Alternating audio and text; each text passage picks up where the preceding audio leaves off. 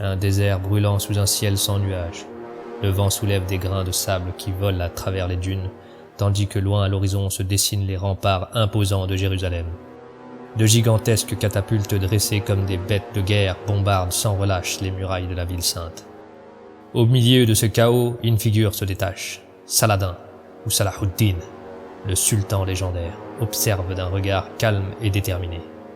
Derrière ce regard se cache un véritable dilemme. Doit-il réduire la ville en cendres comme l'ont fait les croisés en 1099, ou doit-il faire preuve de clémence? Ce dilemme n'est pas juste une question de morale, elle est aussi une question de stratégie, un moyen d'assurer son règne, de garantir la victoire et de renforcer sa légitimité. Je te souhaite la bienvenue au sein du Khanat francophone, Sipahi, là où l'histoire prend vie, racontée autour du feu, comme nos ancêtres l'ont fait depuis des millénaires. Cette fois, comme tu l'as compris, nous allons découvrir l'histoire de la prise de Jérusalem par Saladin. Et nous allons comparer la réalité historique avec le film Kingdom of Heaven, afin de démêler le mythe de la réalité. Nous sommes en septembre 1187.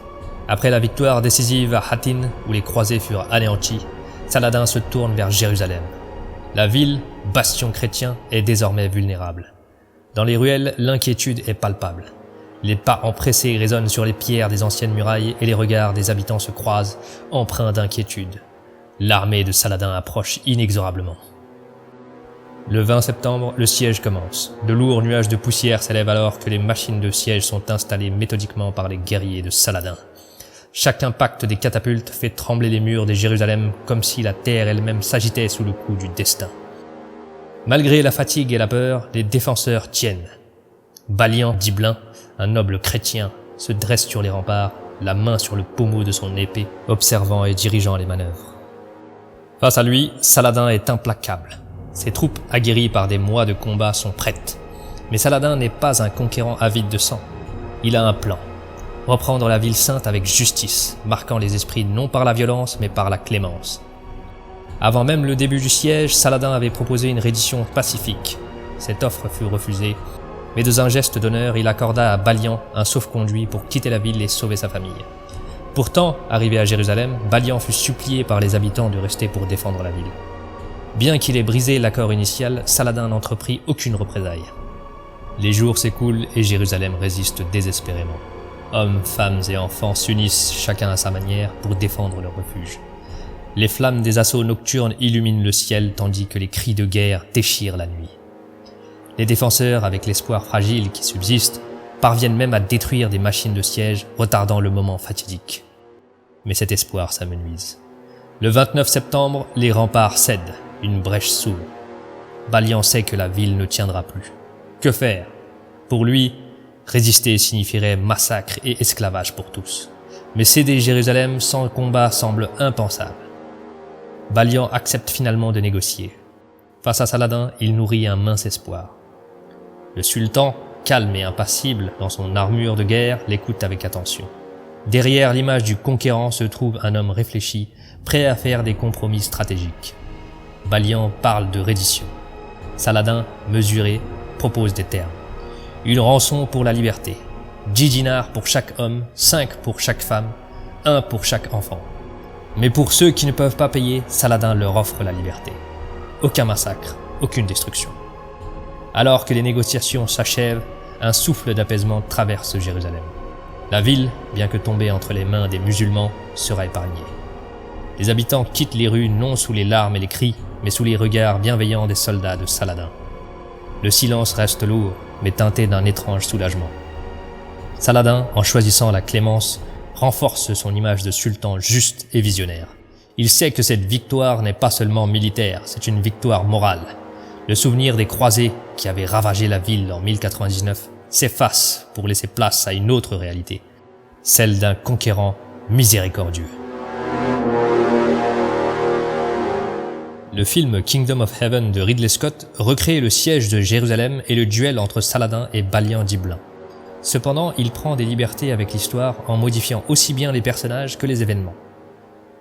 Dans le film, Balian d'Ibelin est un forgeron qui découvre tardivement sa noblesse, devient chevalier et défend héroïquement Jérusalem. Mais dans la réalité, Balian était déjà un noble influent et respecté, avec des compétences militaires et diplomatiques reconnues. Il faisait partie d'une puissante famille de croisés. Son rôle n'a pas été improvisé pendant le siège, contrairement à ce que le film peut laisser entendre. Ce changement typique d'Hollywood met en avant l'idée artificielle d'une ascension héroïque populaire dans les récits de films et de séries télévisées. Ensuite, le film met en scène une négociation tendue où Balian menace de détruire Jérusalem, y compris les lieux saints, si Saladin refuse de mettre sur table une trêve honorable. Pourtant, cette menace n'est pas historiquement documentée, et Balian, en réalité, disposait de peu de moyens de pression. Après plusieurs jours de siège, il engagea des pourparlers dans un esprit plus modeste, sachant que la résistance était impossible. Saladin, de son côté, souhaitant éviter un massacre et assurer la stabilité de ses conquêtes, avait déjà offert des conditions de reddition pacifiques, même avant le siège. Dans Kingdom of Heaven, Saladin est montré comme un souverain magnanime, libérant les captifs sans contrepartie. En réalité, bien que Saladin ait effectivement fait preuve de clémence et de respect à l'égard des civils, il exigea une rançon pour leur liberté. Ceux qui ne pouvaient pas payer étaient menacés d'esclavage, mais encore une fois, Saladin fit bel et bien preuve de miséricorde en libérant de nombreux captifs, notamment les plus pauvres. Cette décision n'était pas seulement un geste de bonté, elle servait aussi ses objectifs politiques. Il apaisait ainsi les tensions avec les royaumes chrétiens et évitait une nouvelle croisade, tout en consolidant son image de leader juste, autant aux yeux de son peuple que face à ses rivaux musulmans comme les dynasties turques de Syrie et les califes de Bagdad, avec lesquels il devait également composer pour asseoir son autorité dans la région. Le film omet toutes ces nuances pour offrir une vision plus simplifiée de Saladin. Kingdom of Heaven reste une très bonne œuvre cinématographique qui a permis à des millions de spectateurs de découvrir une partie de l'histoire des croisades. Le film capture l'essence de certains moments clés et transmet une certaine admiration pour les figures historiques de Saladin, de Balian, mais aussi de Baudouin IV, le roi lépreux. Néanmoins, comme souvent dans les adaptations hollywoodiennes, l'histoire est simplifiée et des personnages comme Balian d'Ibelin sont dramatisés pour renforcer l'impact du récit. Cela ne retire pas pour autant toutes les qualités du film, mais il est important de se rappeler que la réalité historique est souvent plus complexe, plus nuancée et tout simplement plus humaine. Au-delà des versions romancées, la véritable histoire de Saladin est bien plus impressionnante. Il n'a pas seulement été un grand guerrier, il a su faire preuve de sagesse et de stratégie, de miséricorde et de justice à des moments où d'autres auraient cédé à la vengeance.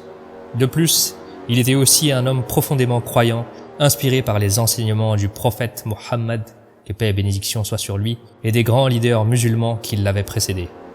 Sa voix guidait ses décisions et il cherchait à incarner les valeurs de justice et de miséricorde prônées par l'islam. Cela ne l'empêchait pas d'être un stratège hors pair avec une vision politique et morale, celle de restaurer la paix tout en consolidant son autorité. La figure de Salahuddin, né en tant que Yusuf ibn Ayyub, nous apprend une excellente leçon. Dans un monde déchiré par la violence et les conflits, la véritable force d'un leader réside dans sa capacité à choisir la justice, même lorsqu'il détient tout le pouvoir entre ses mains. Saladin nous rappelle que la grandeur n'est pas seulement dans la victoire militaire, mais aussi dans l'humanité et la sagesse avec lesquelles on gouverne. Moralité, la victoire n'est complète que lorsqu'elle est guidée par la justice et la miséricorde. La prochaine fois, nous parlerons d'une femme d'honneur n'ayant jamais renié sa foi, malgré toute la souffrance qu'elle a pu endurer. Son courage lui a permis de devenir un symbole éternel de résistance et de dévotion et l'a même amené, selon la théologie musulmane, à l'un des stades les plus élevés auprès de Dieu. Mais je vous laisse découvrir son histoire très bientôt. Si vous avez des suggestions de personnages historiques que vous aimeriez voir dans ces vidéos, n'hésitez pas à les partager en commentaire. Peut-être qu'on les verra au Khanat francophone une prochaine fois, s'il plaît à Dieu.